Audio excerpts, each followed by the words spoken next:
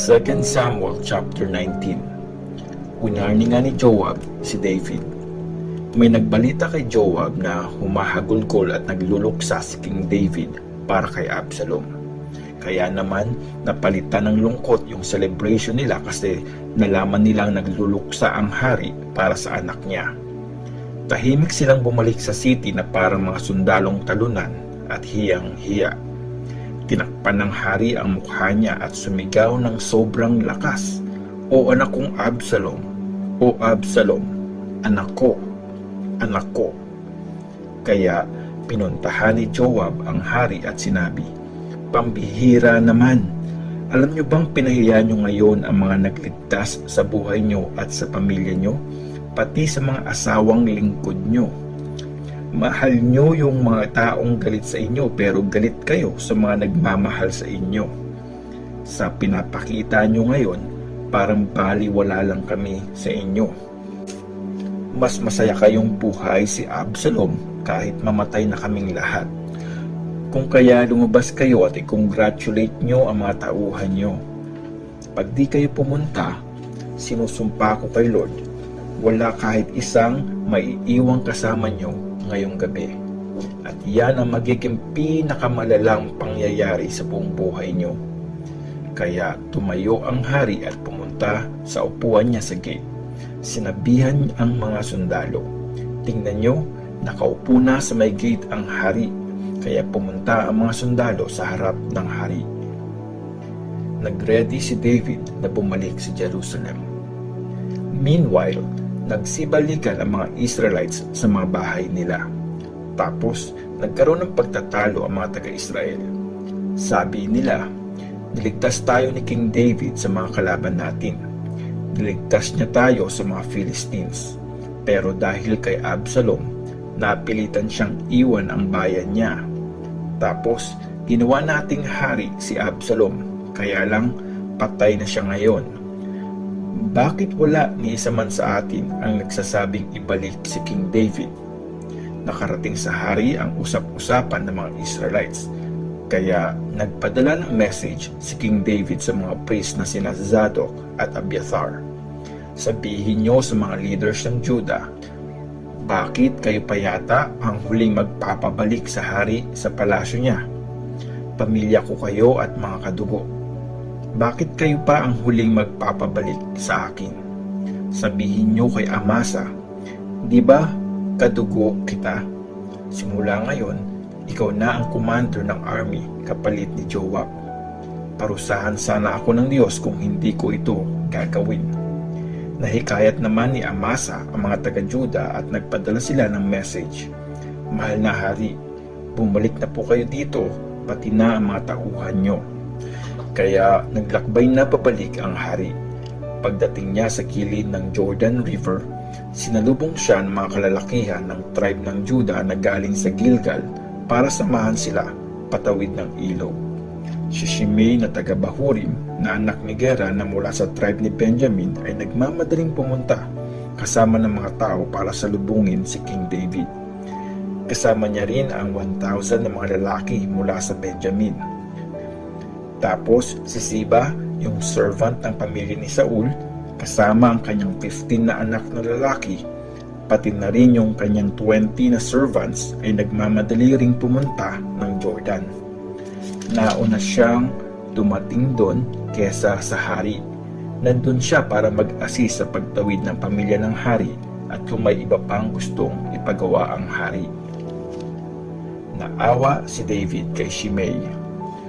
Lumuhod naman si Shimei na anak ni Gera sa harap ng hari nung patawid na ito ng Jordan River. Tapos sabi niya sa hari, "Patawarin po sana ako ng hari at kalimutan yung nagawa kong pagkakamali nung araw na umalis kayo ng Jerusalem.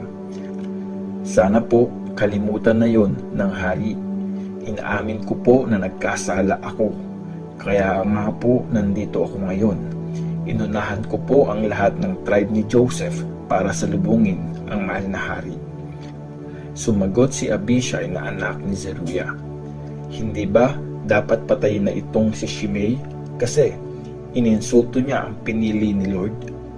Pero nagsalita si David, Ano bang gagawin ko sa inyong magkapatid? Kayo mga anak ni Zeruiah, bakit nyo ako kinokontra? Wala nang dapat mamatay sa araw na ito. Mula ngayon, ako na ang hari ng Israel.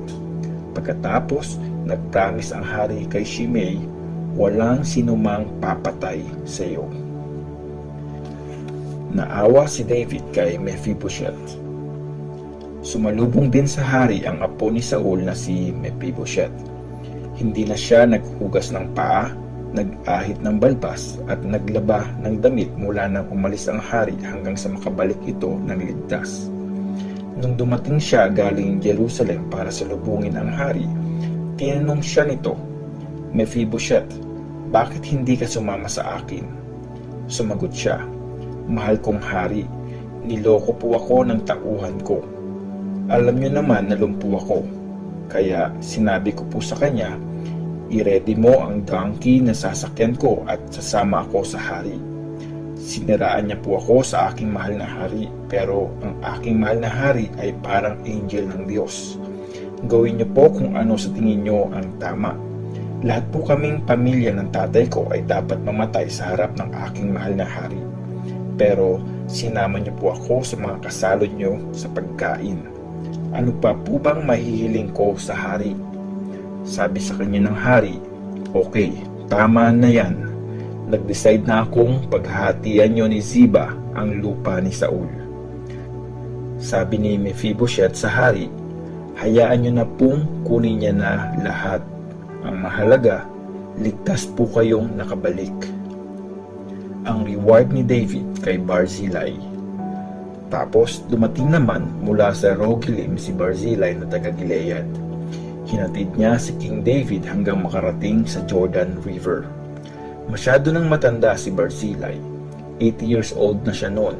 Siya ang nagbigay ng pagkain sa hari nung nag-stay ito sa Mahanaim kasi sobrang yaman niya. Sabi ng hari kay Barzillai, "Sumama ka sa akin. Ako naman ang bahala sa iyo sa Jerusalem." Pero sinabi ni Barzillai sa hari, "Tatagal pa ba ang buhay ko para maglakbay kasama ang mahal na hari papuntang Jerusalem? 80 years old na ako. Masasabi ko pa ba kung ano ang masarap sa hindi? Malalasahan ko pa ba yung kinakain ko o kaya iniinom ko? Ma-enjoy ko pa ba yung boses ng mga singers na lalaki at babae? Magiging pabigat lang ako sa inyo, mahal na hari. Lalagpas lang naman tayo ng konti sa Jordan River. Hindi nyo na po ako kailangang bigyan ng reward. Hayaan nyo na lang na umuwi ang servant nyo para dun siya sa sarili niyang bayan, mamatay at malibing katabi ng tatay at nanay niya. Pero hayaan nyong sumamang tumawid ang anak kong si Chimham at gawin nyo sa kanya kung ano sa tingin nyo ang tama." Sumagot ang hari, "Sasama sa akin sa pagtawid si Chimham kung ito ang gusto mong gawin ko sa kanya." Tapos saka palang tumawid ang lahat ng tao sa Jordan River. Tumawid na rin ang hari. Niyakap ng hari at blines si Barzillai. Tapos umuwi na ito sa bahay niya. Nagtalo ang mga taga-Juda at taga-Israel. Tumuloy sa Gilgal ang hari na kasama si Chimham. Sinamahan ng lahat ng mga taga-Juda at kalahati ng mga taga-Israel ang hari. Tapos lumapit ang mga taga-Israel sa hari. Sinabi nila sa kanya, "Mahal na hari, bakit naman po tinangay kayo ng mga kamag-anak naming taga-Juda at dinala kayo sa kabila ng Jordan River, kasama ang buong pamilya at mga tauhan nyo?" Sumagot ang mga taga-Juda sa mga taga-Israel, "Siyempre, malapit na kamag-anak namin ang hari. Bakit kayo nagagalit? Siya ba ang nagbibigay ng pagkain namin? Binibigyan niya ba kami ng regalo?" Pero sumagot din ang mga taga-Israel sa mga taga-Juda, "May karapatan din naman kami sa hari, 10 times pa nga kaysa sa inyo. So bakit kayo nagagalit sa amin? Nakalimutan nyo na bang kami ang una nagsabi na pabalikin na ang hari?" Pero mas pinilit ng mga taga-Juda ang karapatan nila kaysa sa mga taga-Israel.